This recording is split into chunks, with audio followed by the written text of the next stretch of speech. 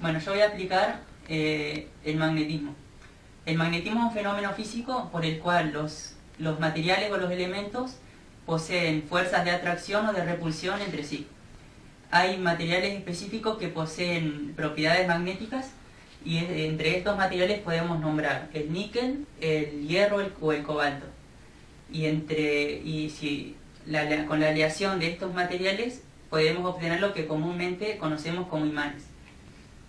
Vamos a tomar un ejemplo acá que es como si fuera un cable o un conductor por el cual están fluyendo electrones. Al fluir los electrones alrededor del conductor se forma un campo magnético. Y teniendo en cuenta esto, podemos realizar este experimento, que nosotros no contábamos con los materiales para realizarlo, pero lo podemos explicar. Lo que se hace acá es, se tiene una batería, se tienen los cables y un alambre enrollado que forma una bobina. Al conectar los cables a la bobina, los electrones van a empezar a fluir, como en este caso, van a empezar a fluir en la bobina. Y lo que va a ocurrir es que el efecto magnético se va a concentrar, porque eso es lo que pasa cuando los electrones fluyen a través de una bobina. Y como el efecto magnético se va a concentrar en la bobina, nos va a permitir poder recoger pequeños trozos de hierro, por ejemplo. Va a actuar como si fuera un imán pequeño. En este caso, si tenemos los mismos materiales, pero le introducimos un perno de hierro en el centro de la bobina, lo que va a ocurrir al fluir los electrones a través del alambre es que vamos a obtener un potente electroimán que nos va a permitir atraer no solamente pequeños trozos de hierro, sino también trozos más grandes. Eso sería lo del experimento. Pero si tenemos en cuenta esto, también hay que preguntarnos qué pasa en un imán. Porque un imán permanente no funciona con electricidad.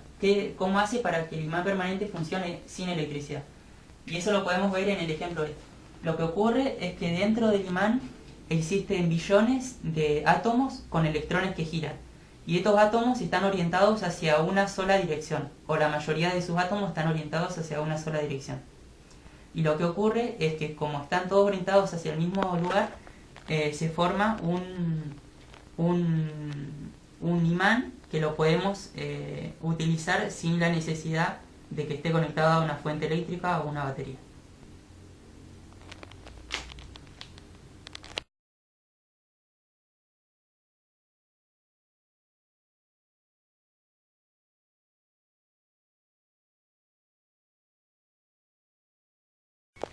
Bueno, en la siguiente tabla le voy a mostrar las magnitudes fundamentales de un circuito magnético y un circuito eléctrico. Circuito magnético. La fuerza electromotriz en un circuito eléctrico sería el voltaje.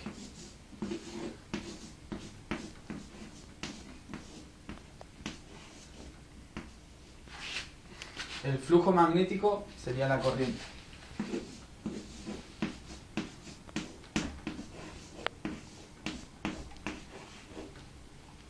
La reluctancia sería la resistencia.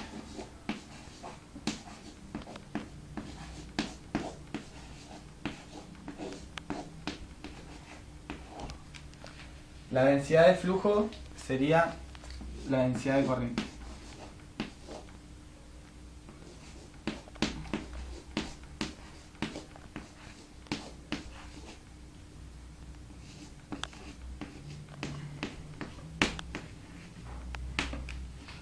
La permeabilidad sería la conductancia.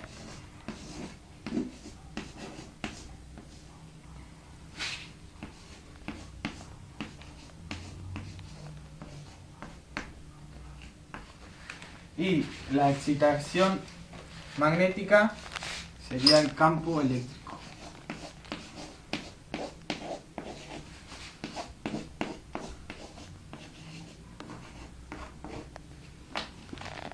Y ahí estaría la comparación de las magnitudes fundamentales.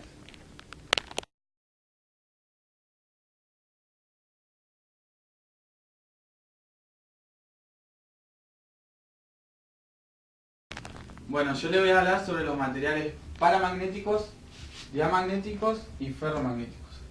Los paramagnéticos es la tendencia de los momentos magnéticos libres, spin o orbitales, a alinearse paralelamente con un campo magnético.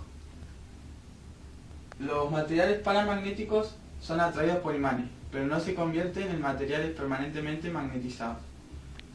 Algunos materiales paramagnéticos son el aluminio, el aire, el magnesio, el titanio y el wolframio.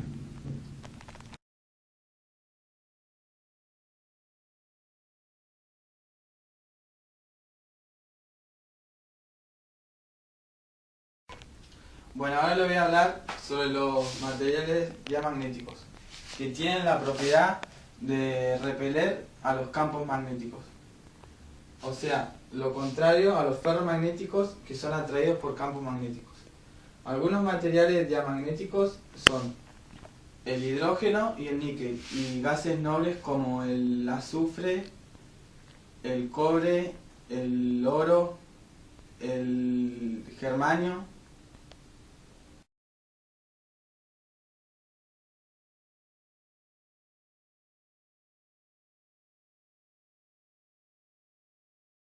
Bueno, y ahora por último le voy a hablar sobre los materiales ferromagnéticos, que es un fenómeno que produce ordenamiento magnético en todos los momentos magnéticos de una muestra, con la misma dirección y sentido. Los materiales ferromagnéticos son atraídos por imanes y por campos magnéticos. También pueden ser imantados, por ejemplo, por el acero y el hierro.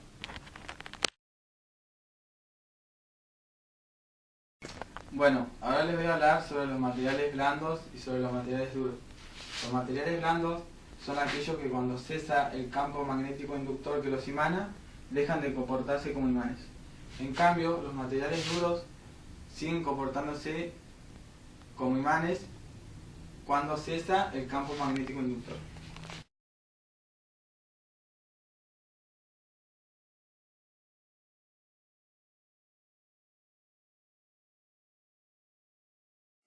Bueno, yo le voy a explicar la regla de la mano izquierda.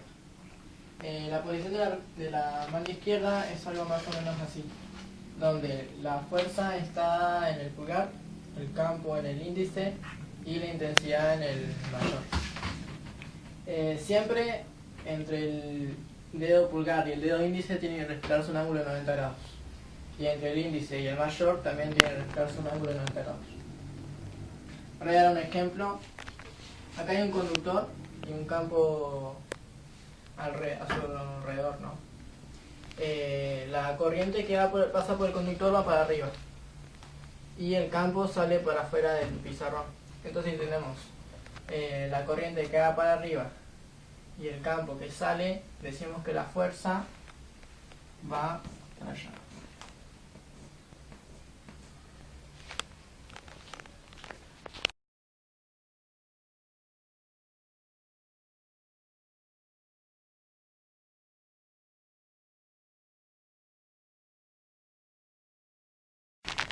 Bueno, yo ahora les voy a explicar la regla de la mano derecha.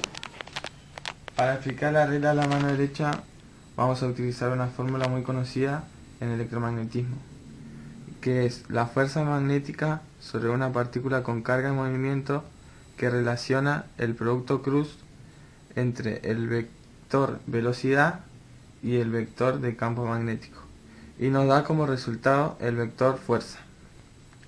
Vamos a representar el vector velocidad con el marcador rojo, el vector campo magnético con el marcador azul y el vector fuerza con el marcador negro. Las tapas nos van a indicar los sentidos de los vectores.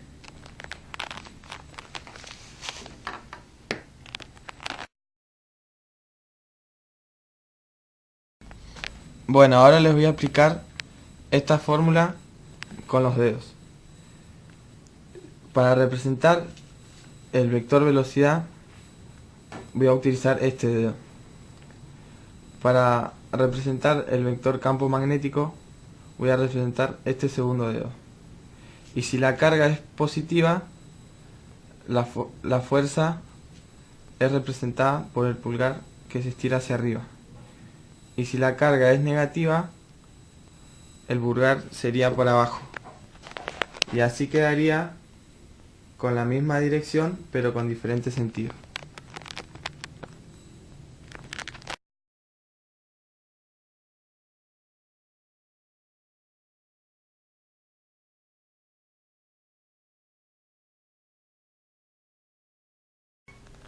Ahora yo voy a explicar una de las leyes fundamentales del magnetismo, que se llama la ley de los polos de un imán.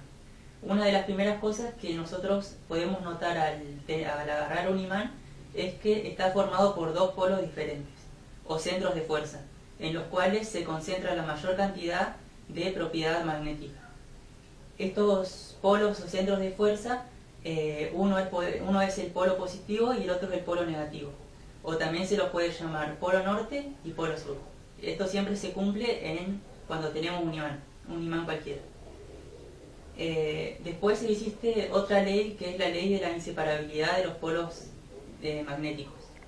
Y eso quiere decir que si nosotros tenemos un imán y lo partimos a la mitad, como por ejemplo este imán que teníamos acá, agarramos y lo partimos. Lo que vamos a obtener es un segundo imán, más chico obviamente.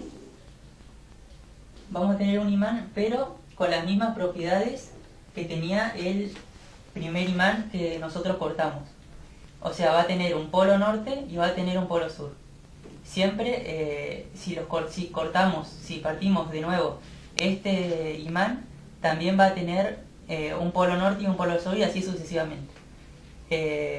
Existe un caso que los tiene muy interesados a los científicos, que es la posibilidad de la existencia de los monopolos magnéticos. Que esto es, los monopolos magnéticos son partículas elementales que solamente tienen un solo polo.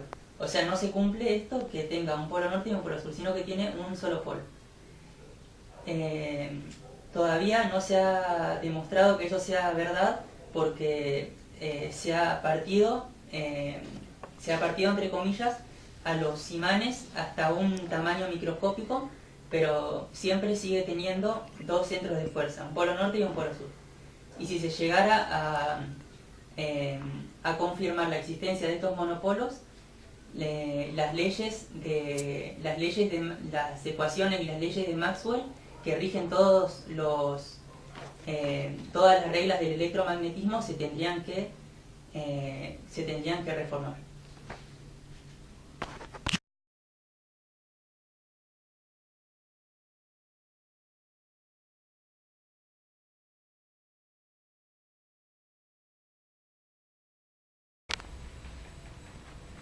Bueno, yo ahora voy a explicar la ley de Gauss. Gauss fue un científico que renovó la ecuación de flujo eléctrico. Descubrió que no era necesario el área donde se encontraba la carga y la resumió en una ecuación más sencilla, donde la carga se encontraba concentrada o encerrada en una figura que podría ser cualquiera, como este que tengo acá, donde está la carga y una figura cualquiera. Esas son las líneas de campo eléctrico. Y esta figura que tenemos acá es ya llamada superficie gaussiana. Todo esto Gauss nos dice que el flujo eléctrico es igual a la carga neta concentrada sobre epsilon sub 0, donde epsilon sub 0 sería la permitividad eléctrica del vacío. Epsilon sub 0 es una constante, que su valor es 8,85 por 10 a la menos 12 y su unidad sería Coulomb al cuadrado sobre Newton por metro cuadrado. Bueno, esta ley nos permite predecir la naturaleza del campo eléctrico a través del flujo eléctrico.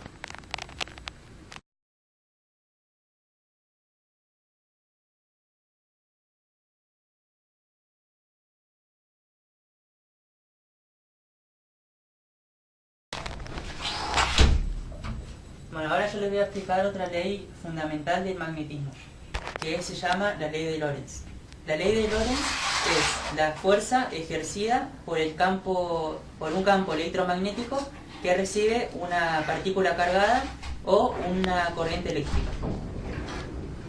Lo primero que tenemos que saber para entender esta ley es que cuando una partícula se encuentra sobre una región en donde hay un campo magnético, sobre esta partícula o esta carga se presenta una fuerza magnética.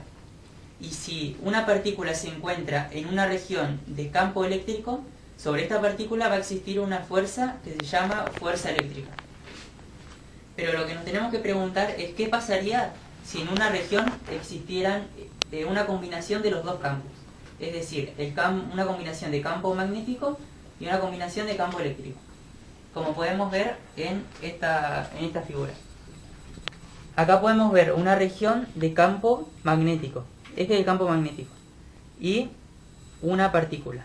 La partícula, tanto en el campo magnético como en el campo eléctrico, va a ejercer una fuerza magnética o una fuerza eléctrica siempre y cuando la partícula esté en movimiento, es decir, que pase por esa región a una determinada velocidad.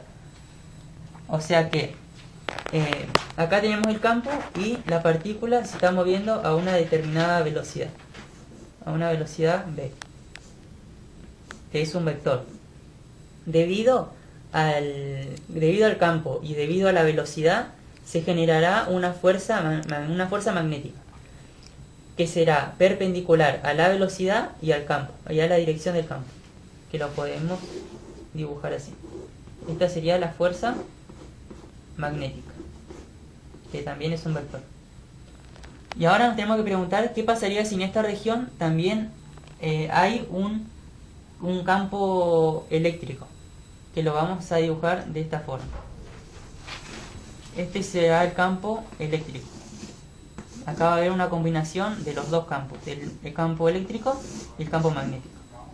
Este es el campo eléctrico. Cuando tenemos una región de campo eléctrico, se generará una fuerza eléctrica sobre la carga. O sea que la podemos representar de esta forma. Acá será la fuerza eléctrica. Y como la fuerza eléctrica y la fuerza magnética son vectores, podemos hacer la regla del paralelogramo y obtener una fuerza resultante. Una fuerza resultante de la fuerza magnética y la fuerza eléctrica. Una fuerza F. Esta fuerza F se llama la fuerza de Lorentz. Y o sea que a partir de entendiendo todo esto, podemos llegar a la conclusión de que la fuerza F va a ser igual a la suma vectorial de la fuerza magnética más la fuerza eléctrica. Esta sería la ecuación. Pero no tenemos que olvidarnos que es una suma vectorial, no es una suma común. Y también esta fórmula, descomponiendo la fuerza magnética y la fuerza eléctrica, nos quedará de esta forma. De que la fuerza resultante, es decir, la fuerza de Lorentz, va a ser igual a la carga,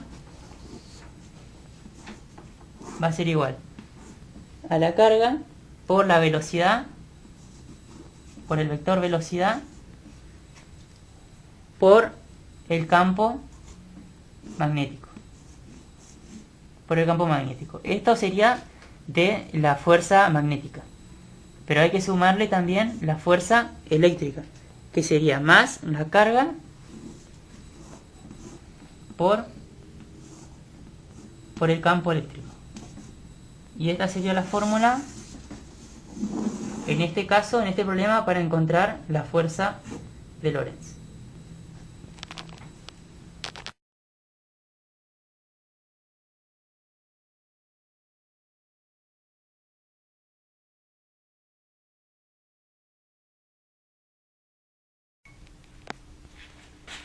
Bueno, otra ley fundamental del magnetismo es la ley de Faraday.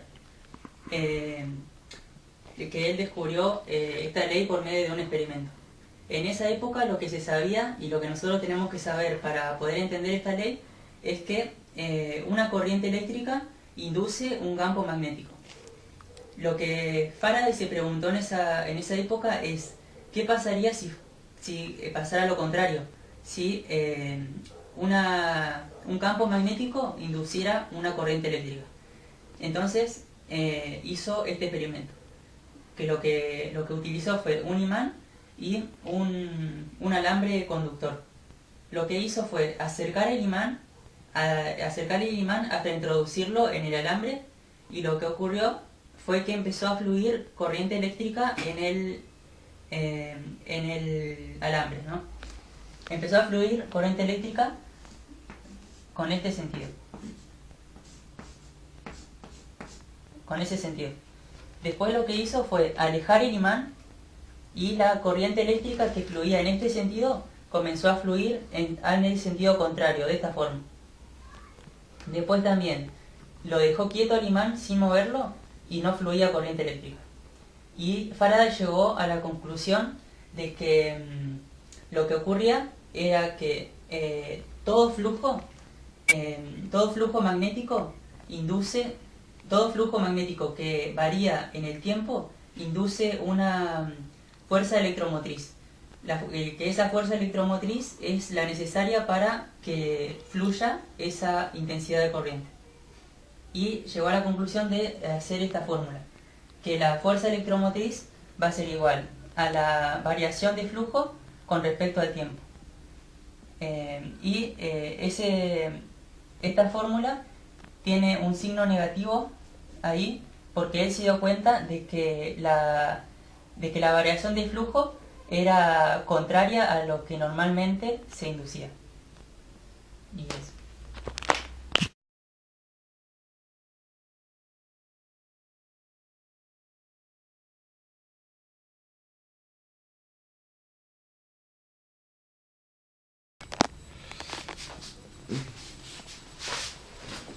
Bueno, ahora yo le voy a explicar la ley de Lenz. Lenz fue un científico que vivió un tiempo después de Faraday, y lo que hizo fue explicar el descubrimiento de Faraday, que lo explicamos anteriormente, que Faraday había descubierto que acercando o alejando el imán en el conductor se generaba un sentido diferente de la corriente. Y bueno, lo que hizo Lenz fue explicar lo que pasaba. Lo que hizo fue realizar el mismo experimento. Primero, teniendo el imán, lo acercó a la espira, y lo que pasó fue que la corriente empezó a fluir hacia este lado. Y lo que él descubrió fue que cuando el imán se acercaba, estas líneas son las líneas, las vamos a llamar de un campo inductor, que son las líneas de campo propias del imán del lado norte, que son líneas salientes.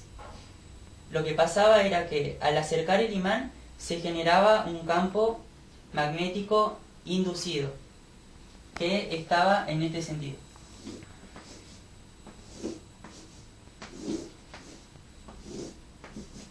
Este campo magnético inducido lo que hacía era que la corriente girara o fluya para este lado. Y esto se puede explicar a través de a través de la regla de la mano derecha. Con este dedo vamos a representar el campo inducido que viene para este lado. Entonces, si cerramos la mano, la corriente va a fluir hacia este lado, como Lenz lo pudo descubrir. Después lo que hizo fue alejar el imán a una cierta distancia, y lo que pasó es que la corriente empezó a fluir hacia el otro lado. Y él pudo concluir que cuando alejaba el imán se producía un campo magnético inducido, pero en sentido contrario al primero.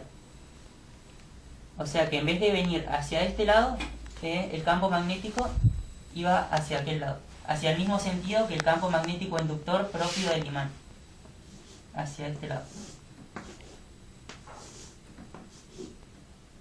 y lo que pasaba es que si hacíamos la regla de la mano derecha, con este dedo vamos a apuntar hacia el lado del campo, y si cerramos la mano, la corriente va a fluir hacia este lado. Y con eso puedo explicar que la corriente cambiaba de sentido.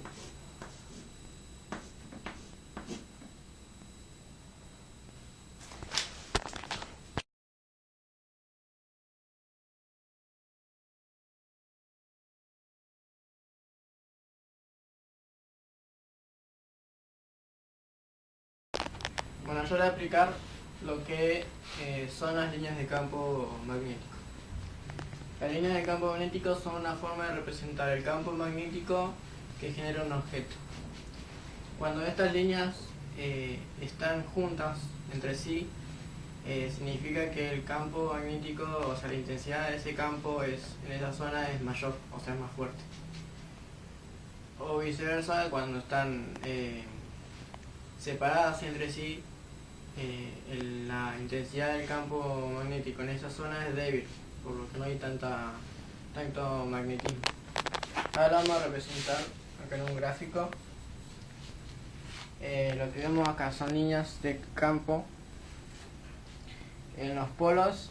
Al estar más juntas, esto quiere decir que acá en estas zonas el campo magnético, la intensidad es más fuerte. Y acá en estas zonas alejadas de los polos, al estar más separadas, la intensidad del campo es más débil. Las líneas cuando salen de norte, se las llama saliente o fuente, y las que son entrantes se las llama sumidero. Bueno, acá serían las líneas de campo cuando hay dos electrones o dos cargas con distintos polos. Al ser positivo y negativo, estas líneas se van a traer, van a ir de saliente a entrante. Y cuando son dos cargas del mismo polo, se van a repeler, y las líneas de campo van a ser así de esta manera. Ahora lo vamos a explicar con un experimento.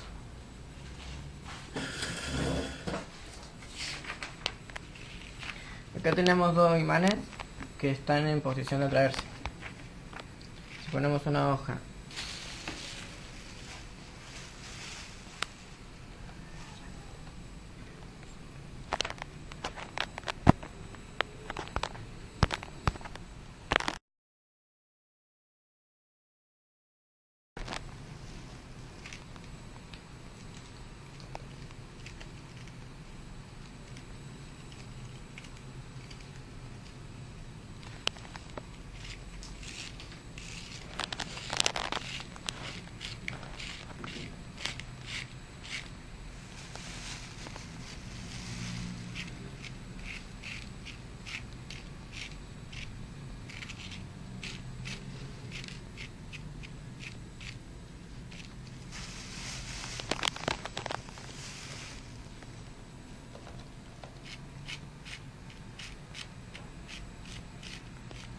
Bueno, acá podemos ver que las líneas de campo van de polo a polo. Distinto sería, como vamos a ver en un momento más, que se van a ir para afuera, o sea, no se van a juntar con el otro imán.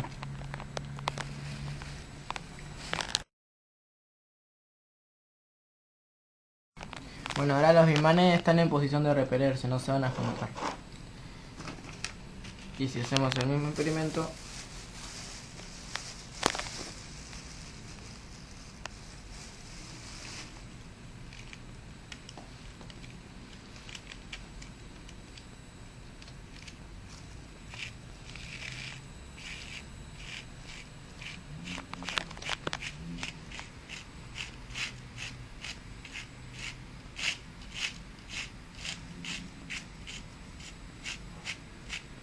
acá vemos que las líneas salen hacia afuera y no se juntan con el otro imán. Esto quiere decir que las líneas de campo, en lugar de atraerse, se van a repeler y no se van a juntar, como en el caso anterior donde se atraían.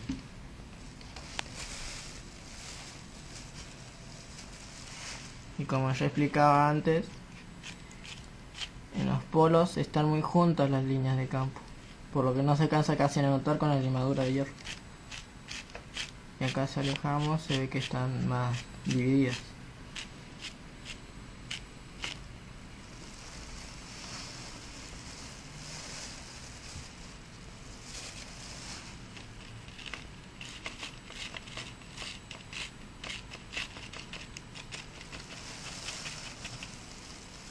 Ahí se nota mejor las líneas.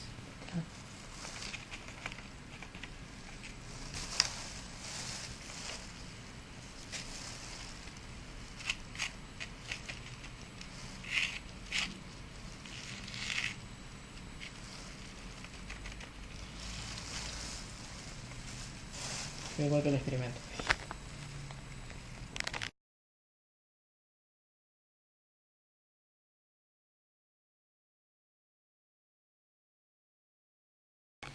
Bueno, yo te voy a explicar lo que es un circuito magnético. Un circuito magnético es un dispositivo en el cual las líneas de campo magnético se hallan canalizadas, trazando un camino cerrado. Estos se fabrican de materiales ferromagnéticos porque tienen una permeabilidad mayor que el aire o el espacio vacío. Por tanto, el campo magnético tiende a confinarse dentro del material llamado núcleo.